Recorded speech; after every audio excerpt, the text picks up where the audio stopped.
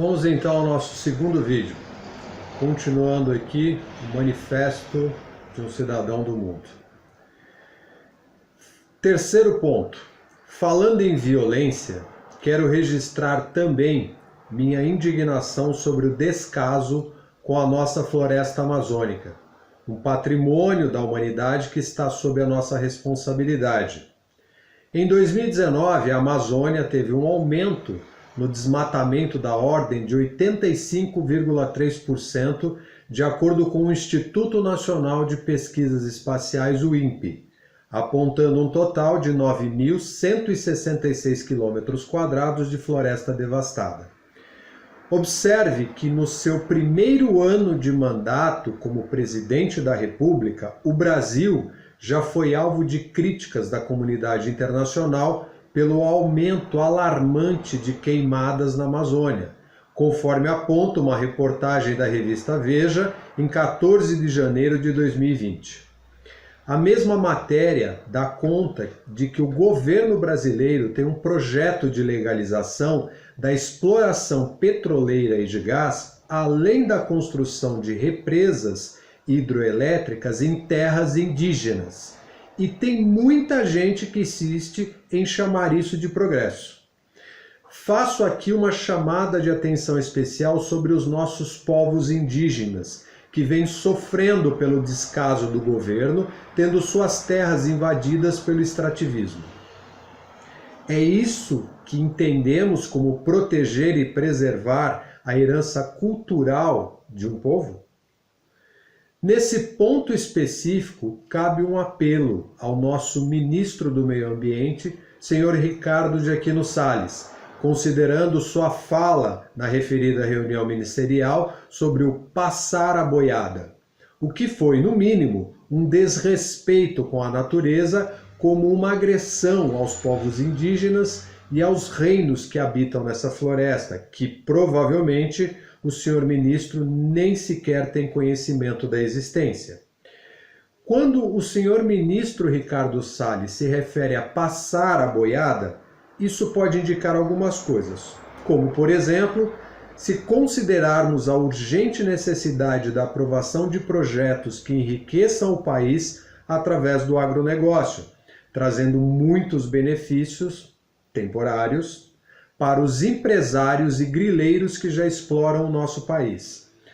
A questão aqui é o tamanho do prejuízo somado para o meio ambiente, que vem numa crescente com danos incalculáveis, destruindo um bioma que abriga milhares de vidas que fazem parte de um sistema perfeito da criação e que sustenta o equilíbrio da vida no planeta, e que levou alguns milhões de anos para se formar, mas que em algumas décadas vem sendo devastado por conta da ganância humana com seus egos doentes.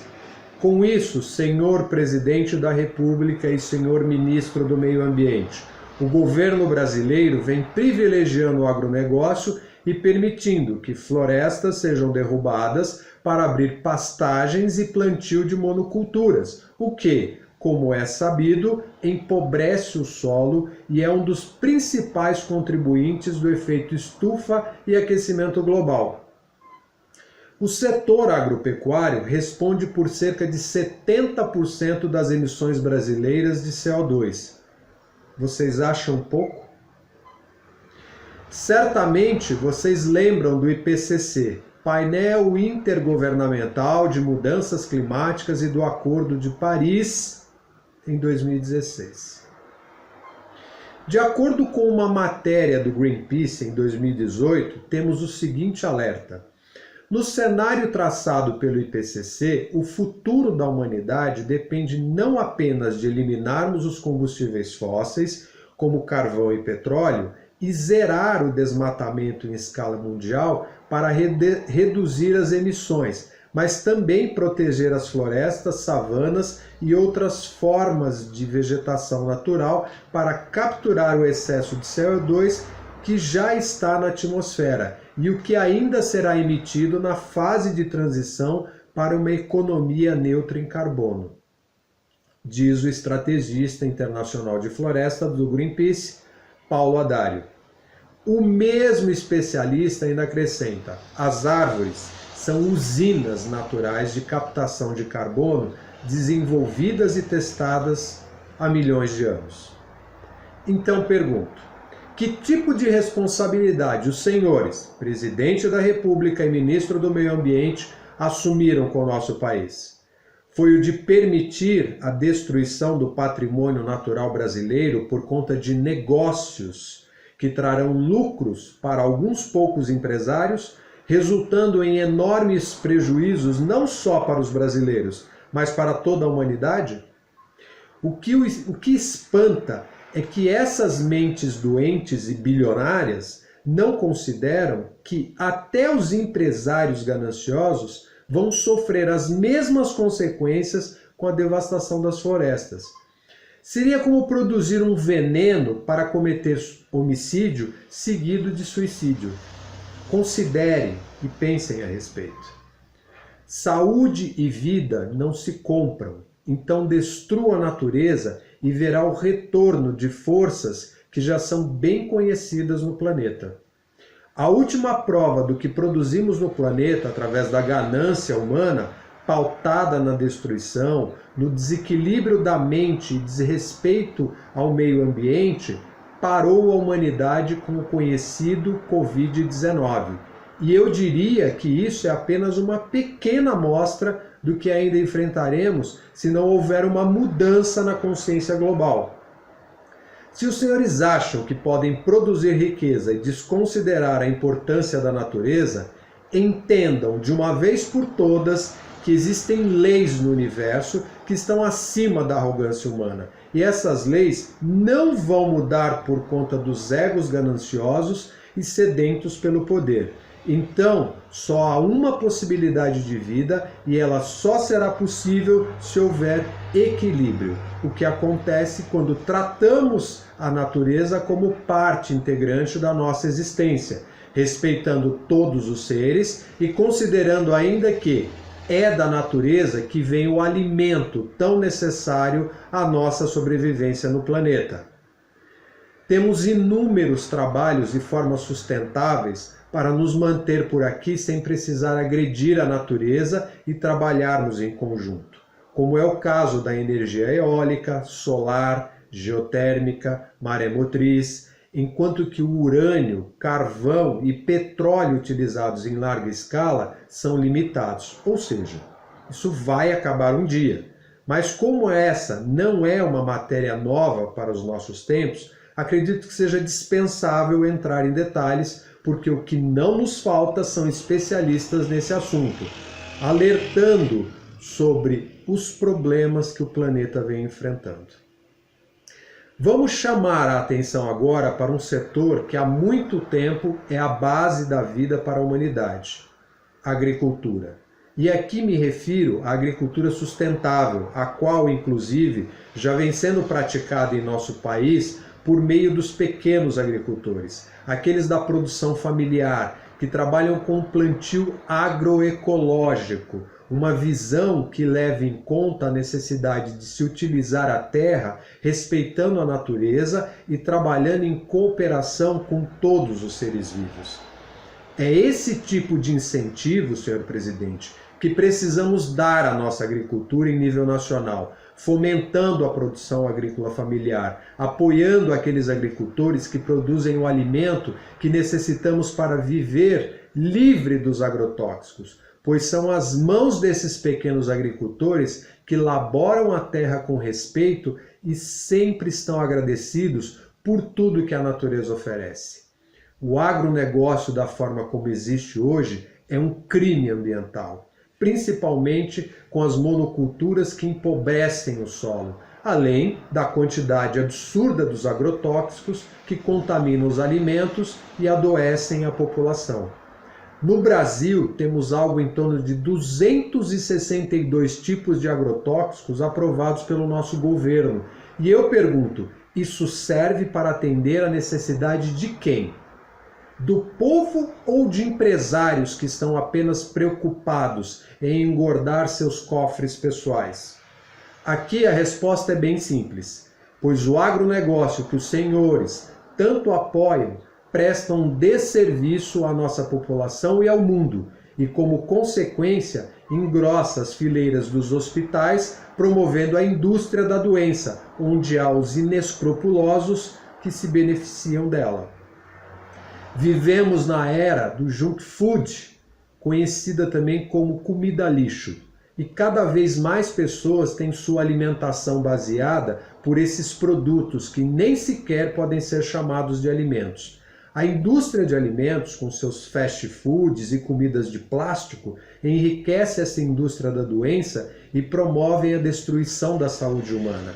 Então, se desejarem, por favor, leiam o livro Sal, Açúcar, Gordura, do jornalista e escritor Michael Moss. Assim terão uma ideia do que nossos brilhantes colaboradores do mundo da indústria alimentícia têm ofertado às pessoas.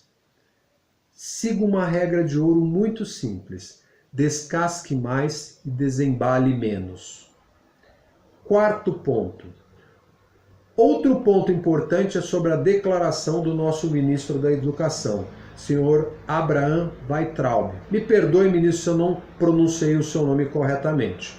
Dizendo o seguinte: odeio o termo povos indígenas. Odeio esse termo. Odeio. O povo cigano.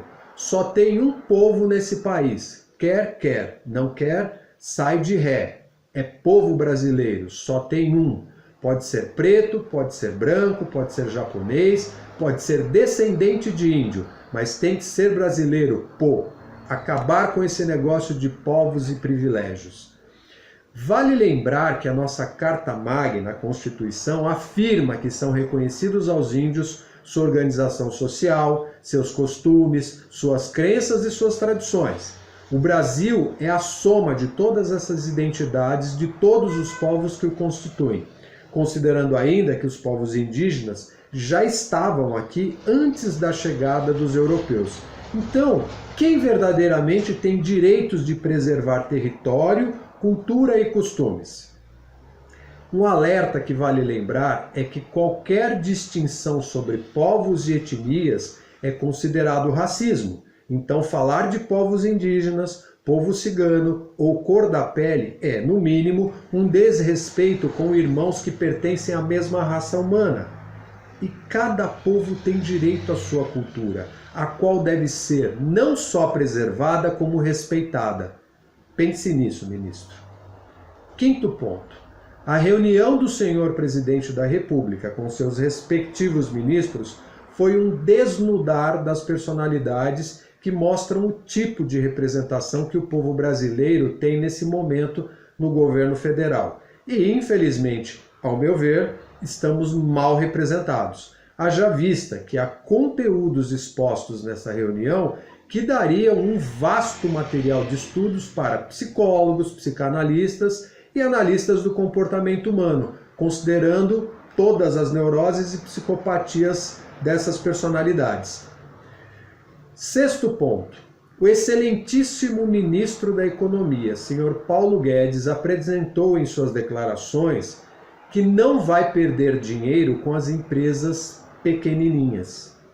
É bom considerar aqui, senhor ministro, que essas empresinhas, no sentido diminutivo, que o senhor se refere, somam cerca de 9 milhões de empresas no país, contribuindo com 27% do PIB, Produto Interno Bruto Nacional, e são responsáveis por 55% dos empregos no Brasil. Será que isso tem alguma relevância, senhor ministro? Sétimo ponto. A meu ver, essa reunião ministerial, de acordo com a postura apresentada por alguns dos nossos representantes, parecia mais como uma conversa no botequim do capeta, levando em conta o vocabulário empregado e a postura adotada. E para contribuir ainda mais com a tão acalorada discussão sobre as pautas do dia, o senhor ministro da Economia propôs a abertura dos cassinos no Brasil. Para o presidente da República e senhores ministros que primam pelos princípios morais, pela instituição da família, da ordem e da ética, princípios estes que deveriam balizar a vida de qualquer político e cidadão, então me parece que os tais Cassinos atrairão muitos milionários e bilionários, como disse o ministro, onde grandes empresários participarão das jogatinas, do consumo de drogas lícitas e, quem sabe, ilícitas também, abrindo espaço para a prostituição e contribuindo assim com a degradação do indivíduo. Não há como negar esses fatos, mas como disse o próprio ministro Paulo Guedes, no final, tudo são escolhas e cada qual faz as suas a partir do seu livre-arbítrio.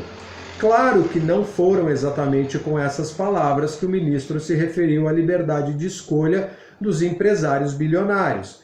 E aqui me reservo o direito de não reproduzir os termos empregados pelo ministro durante a referida reunião sobre essa questão, pois já foi mais do que suficiente e didático para a nossa compreensão saber quem nos representa no governo. Da minha parte, não apoio tais investimentos em cassinos, se é que a minha humilde opinião como cidadão tem alguma relevância para o nosso governo no Brasil. Oitavo ponto, me perdoe. Encerrando meu manifesto, senhor presidente da República e senhores ministros, gostaria de colocar algo que aprendi ao longo dos meus estudos e pesquisas no campo da espiritualidade, que trata sobre o que é a vontade de Deus para a Terra, abrangendo a humanidade e todas as formas de vida no planeta. A vontade de Deus é o bem. A vontade de Deus é a luz da sabedoria. A vontade de Deus é a paz. A vontade de Deus é a pureza do amor. A vontade de Deus é o equilíbrio da vida. A vontade de Deus é a bondade entre os homens. A vontade de Deus é a verdade e a ética. É bem provável que esse vídeo manifesto jamais chegue ao conhecimento do excelentíssimo senhor presidente da República do Brasil, bem como de seus ministros.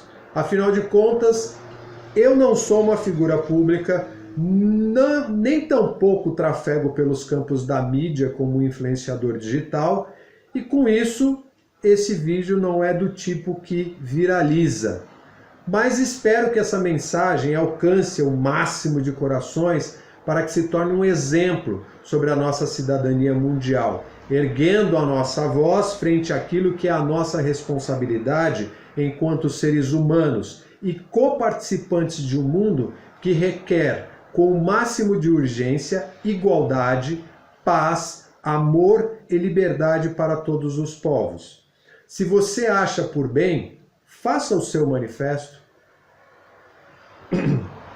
Mostre a sua declaração, pois precisamos combater a distorção dos valores humanos e sempre de forma pacífica, com aquelas armas que nos levam para o amor e a igualdade, mas que seja com muita seriedade e consciência, fazendo frente à posição daqueles que se colocam no campo da liderança política como representantes de um povo e que não cumprem seu papel fundamental, que é o de aplicar as leis que regem o nosso país e garantir que a vida seja priorizada acima de qualquer ideologia.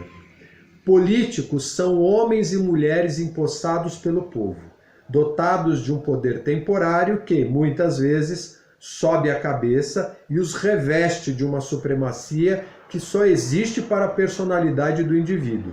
Somos filhos de uma mesma origem, de uma mesma raça, feitos da mesma estrutura biológica, e mesmo que tenhamos uma crença religiosa, nem ela, e muito menos o cargo que ocupamos, pode se sobrepor a nenhum outro indivíduo ou mesmo a vida. Para muitas pessoas, política tem sido sinônimo de corrupção. Por isso é preciso mudar essa consciência para que o mundo também se transforme, para que aqueles que representam a liderança de um povo tenham a decência de executar seu papel com dignidade, interagindo com a população e entendendo suas reais necessidades. Seria muito fácil fazer uma seleção daqueles políticos e atores governamentais que verdadeiramente estão vocacionados para um cargo público, que atuam por amor à sua missão de vida e lutam pelos seus melhores resultados. Então faça o seguinte: tire desses políticos seus altos ganhos salariais e todas as suas regalias e nesse momento você verá surgir o animal selvagem. Vai ser despertado, vociferando como louco e pronto para o ataque. Comparativamente, temos a maioria da população mais humilde e necessitada que vive de um modesto salário e jamais conseguirá alcançar tais privilégios, quiçá numa vida inteira de trabalho duro.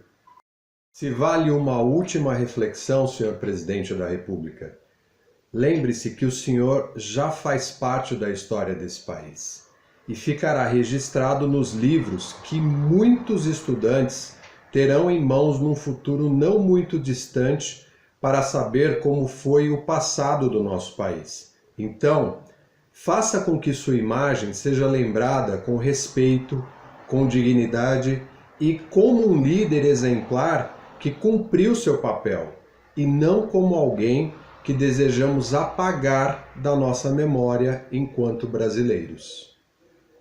Gratidão pela atenção.